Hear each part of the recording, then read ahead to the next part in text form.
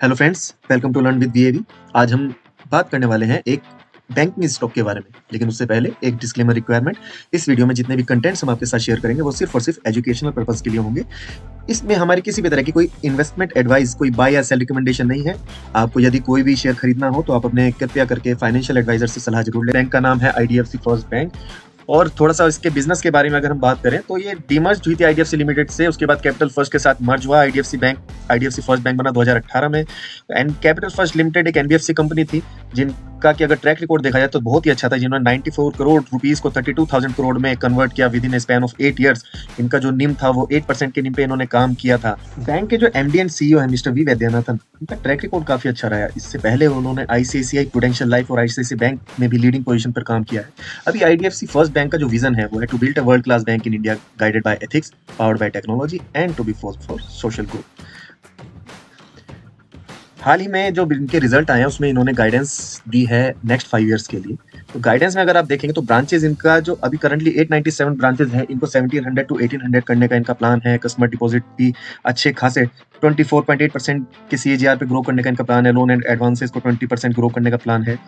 GNPA जो अभी 2% है उसको रिड्यूस करके 1.5% करने का प्लान है। और जो प्रॉफिटेबिलिटी है जो अभी 2200 करोड़ की है उसको लगभग 5 से 6 गुना करने का इनका प्लान है इन नेक्स्ट 5 ईयर्स। तो बैंक के जो परफॉर्मेंस है अभी तक की, उसको अगर एक व्यू में हम देखें तो अभी इनके लोन एंड एडवांसेस जो है 1.89 लाख करोड़ के हैं, जो कि 24.5% सीएजीआर से इंक्रीज हुए हैं वाई अगर आप देखें। कस्टमर डिपॉजिट जो है 1,76,481 करोड़ के 42% से इंक्रीज हुए हैं। कासा रेशो 47% है approx, which is best among the industry. NPA 2% के हैं, नेट एनपीए 0.68% है, विच इज वेरी गुड। और अभी बैंक का प्लान जो है वो इसको 1.5 पे ले जाने का है। तो रिटेल में अगर आप इनके जीएनपी देखें वो ऑलरेडी 1.5 से नीचे ही है, 1.45% रिटेल में है। ओवरऑल बैंक के थे 2%। Core operating profit 16,000 crore, profit after tax 2,232 crore 9 months के हैं ये। ROA 1.16%, ROE 10.6%, capital adequacy 16.73%। ये अच्छी है। अभी आरबीआई की जो गाइडलाइंस है उससे काफी ज्यादा है, तो अभी इसके हिसाब से अगर देखें तो बैंक को अभी कैपिटल रेजिंग की भी शायद जरूरत ना पड़े।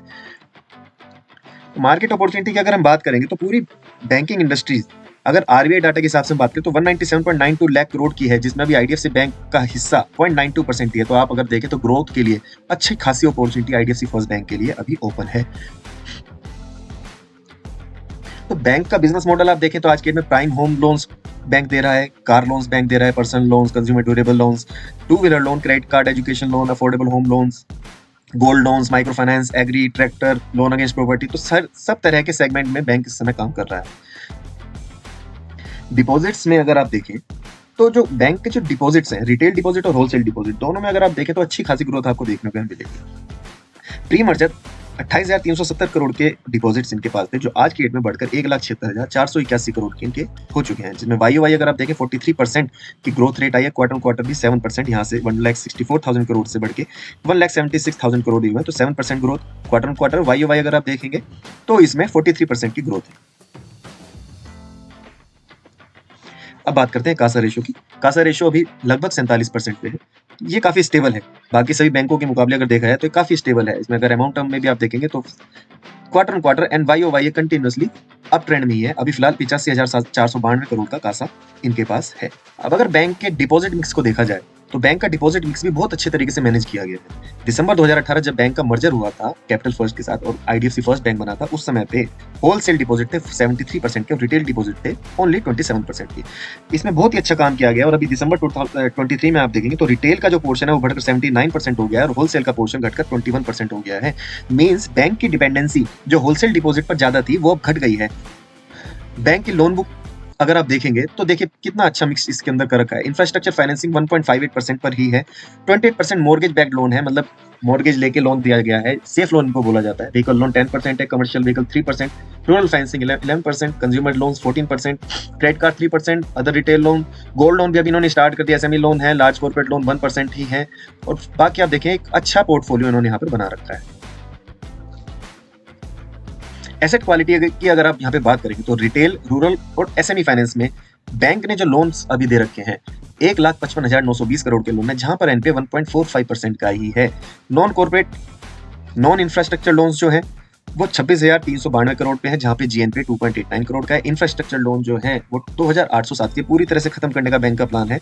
यहाँ पर एनपीए ज्यादा है, लेकिन इनकी प्रोविजनिंग बैंक ने ऑलरेडी 62% ले रखी है। ओवरऑल बैंक के लेवल पे अगर हम बात करें तो 1,85,000 करोड़ के एडवांसेस पे 2% का जीएनपीए और 0.68% का नेट एनपीए बैंक का है। नेट इंटरेस्ट इनकम की अगर बात करें तो यहाँ पर भी 33% की वाई ग्रोथ आपको देखने को मिलेगी। FY19 में 4,845 करोड़ का नेट इंटरेस्ट इनकम था, जो बढ़ के FY23 में 12,635 करोड़ पर आ चुका है। इसमें अगर आप ग्रोथ देखेंगे तो CAGR 27% की ग्रोथ आपको 4 साल में यहाँ पे देखने को मिलेगी। नेट इंटरेस्ट इनकम मतलब बैंक आपसे जो इंटरेस्ट चार्ज करता है और आगे बैंक जितना इंटरेस्ट आगे पे करता है तो उसका जो डिफरेंस है that is net interest income. तो ये जिस बैंक का जितना ज्यादा होता है वो उतना अच्छा माना जाता है।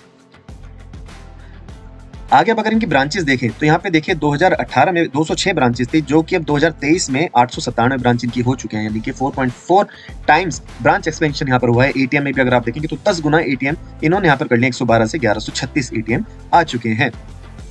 तो बैंक की अगर कॉस्ट टू इनकम रेशियो अगर आप देखें तो यहाँ पर भी एक सिग्निफिकेंट डाउन ट्रेंड देखने को मिला है, लेकिन ये उतना स्पीड में नहीं घटा है क्योंकि अभी बैंक एक्सपेंशन मोड में है। अभी कंटिन्यूअसली ब्रांचेस ओपन हो रही हैं, एटीएम ओपन हो रहे हैं, एम्प्लॉय कॉस्ट बढ़ रही है, तो इसलिए यहाँ पर इतना ज्यादा कट आपको देखने को नहीं मिला है। But as per management guidance 2.0 ये रेशियो इंप्रूव होगा, और जैसे ये रेशियो इंप्रूव होगा आपको प्रॉफिटेबिलिटी तेजी से बढ़ती हुई दिखेगी।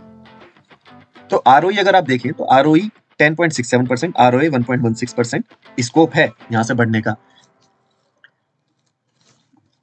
केयर ने देखे तो AA+ स्टेबल रेटिंग इनको दी है, क्रिसिल ने AA+ स्टेबल रेटिंग दी है, इकरा ने AA+ स्टेबल रेटिंग दी है, इंडिया रेटिंग्स ने भी इनको जो रेटिंग दी है वो AA+ की दी है। बुक वैल्यू भी अगर आप देखेंगे तो बुक वैल्यू भी यहाँ से लगातार बढ़ी है, 31 रुपए से अभी 44.5 रुपए की बुक वैल्यू बैंक ने दर्ज की है। बुक वैल्यू मतलब नेटवर्थ कंपनी की कितनी है डिवाइडेड बाय इक्विटी अगर हम कर देते हैं हमें बुक वैल्यू मिल जाती है। अब अगर हम बैंक की ओवरऑल परफॉर्मेंस के ऊपर एक नजर डालें तो होम लोन अगर हम देखेंगे यहाँ पे तो होम लोन बैंक 18% की स्पीड से वाई बढ़ा रहा है। लोन अगेंस्ट प्रॉपर्टी भी 11% की स्पीड से वाई बढ़ रहे हैं। व्हीकल लोन में 31% का जंप है, कंज्यूमर लोन में 38% का जंप है, एजुकेशन लोन 165% से बढ़ रहे हैं। क्रेडिट कार्ड अगर आप देखें तो 57% का जंप है, गोल्ड लोन में 380% का जंप है। ओवरऑल अगर हम देखें तो बैंक ने जो ग्रोस लोन्स एंड एडवांसेस दिए हैं वहां पे 24.5% का जंप है Y, which is very good. तो बैंक के अगर एक्सपेंशन की हम बात करें तो बैंक ने LIC के साथ मिलकर LIC कार्ड्स इशू करे। 2 वेरिएंट में कार्ड्स अवेलेबल है, LIC classic and LIC select. तो जो LIC के जो 27 करोड़ पॉलिसी होल्डर्स हैं उन सभी के पास ये अपॉर्चुनिटी रहेगी कि 27 करोड़ क्रेडिट कार्ड भविष्य में इशू हो सकते हैं।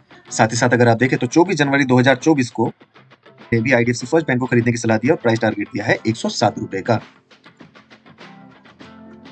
अब अगर हम बैंक के प्रॉफिट एंड लॉस की एक बार बात करें तो आप यहाँ से देखेंगे मार्च 2017 से अभी ट्रेलिंग 12 मंथ तक आप देखें तो कंटिन्यूअसली आपको यहाँ पे ग्रोथ देखने को मिलेगी। 8,500 करोड़ से बढ़ते बढ़ते अभी ट्रेलिंग 12 मंथ में 28,500 करोड़ की टॉप लाइन बैंक दर्ज कर चुका है। और नेट प्रॉफिट अगर हम देखें तो 1,019 करोड़ से बढ़कर अभी 3,027 करोड़ का ट्रेलिंग 12 मंथ का प्रॉफिट बैंक ने दर्ज किया है। EPS में भी आपको अच्छी खासी ग्रोथ यहाँ पे देखने को मिलेगी, 21 पैसे 3.75 एंड 4 रुपए 48 पैसे का भी ट्रेलिंग 12 मंथ का EPS बैंक ने दर्ज किया है। शेयर होल्डिंग पैटर्न की अगर हम बात करें तो बैंक के अंदर अभी 37.5% प्रोमोटर्स हैं, FII 24.3%, DII 6.63%, गवर्नमेंट के पास थोड़ा हिस्सा है, पब्लिक के पास 27.90%। तो ये जो 37.5% है तो इनका जो प्रोमोटर है उनका नाम है IDFC लिमिटेड। IDFC लिमिटेड के पास सारी जो 37.45% हिस्सेदारी है, तो अभी IDFC लिमिटेड और IDFC फर्स्ट बैंक का रिवर्स मर्जर हो रहा है। तो ये जो हिस्सेदारी है सारी की सारी खत्म हो जाएगी और ये हिस्सेदारी FII DII पब्लिक के अंदर डिस्ट्रीब्यूट हो जाएगी। कि रिवर्स मर्जर होने के बाद जो इक्विटी कैंसिलेशन होगी उससे 5% इक्विटी रिड्यूस होगी बैंक की। इक्विटी रिड्यूस होने से क्या होगा, जो EPS है वहां पे इंप्रूवमेंट आएगी और जो बुक वैल्यू पर शेयर है वहां पर इंप्रूवमेंट आएगी। मींस आपको बैंक के जो ओवरऑल वैल्यूएशन है उसमें थोड़ी ग्रोथ और देखने को मिलेगी। अब अगर बैंक के टेक्निकल्स को देखें तो बैंक ने लगभग 76-77 रुपए से एक अच्छा खासा ब्रेकआउट दिया था और बैंक ने लगभग 100 रुपए का लेवल यहाँ पर टच किया था। लेकिन 100 रुपए के लेवल टच करने के बाद अच्छी खासी प्रॉफिट बुकिंग आई जो दोबारा 80 रुपए के लेवल तक लेके आई। 80 रुपए आने के बाद दोबारा 92 रुपीज तक गया और अभी फिलहाल 80 रुपए के नीचे ट्रेड कर रहा है। तो यहाँ पर जो लास्ट इसका एक अच्छा सपोर्ट बनेगा वो बनेगा 77 रुपीज का। 77 रुपीज को अगर ये होल्ड कर पाया तो हमें दोबारा से 91-92 रुपीज तक के प्राइस जल्दी ही देखने को मिल सकते हैं। लेकिन अगर 77 रुपीज को ये ब्रेक करता है तो दोबारा से 60 और 65 की रेंज में शायद ये स्टॉक आ सकता है। और फ्रेंड्स अब अगर हम एक छोटी सी कैलकुलेशन करके देखें, जो बैंक ने गाइडेंस दी है हमको 20% CAGR ग्रोथ की, तो अभी जो करंट बुक वैल्यू है बैंक की वो है 44 रुपीज 51 पैसा और बैंक के हिसाब से 20% की CAGR अगर आती है, तो हम अगर अगले 10 सालों में इसकी बुक वैल्यू कैलकुलेट करना चाहें, तो इस फॉर्मूले से हम कर सकते हैं। तो current book value multiplied by 1.20 that is 20% and to the power 10। 10 साल के लिए अगर हम चेक करें तो 276 रुपीज की बुक वैल्यू 10 साल के अंदर बैंक में आ सकती है, which is 5 times of current book value. अगर आप इस हिसाब से अगर देखा जाए तो बैंक की जो वैल्यू है वो आने वाले 10 साल में कितनी होगी, आप खुद एक आइडिया लगा सकते हैं। सो फ्रेंड्स, आशा करते हैं आपको ये वीडियो पसंद आई हो। पसंद आई तो हमारे चैनल को लाइक करें, सब्सक्राइब करें, शेयर करें अपने फ्रेंड्स के साथ, और इसी तरह की और वीडियोस पाने के लिए जुड़े रहें। धन्यवाद।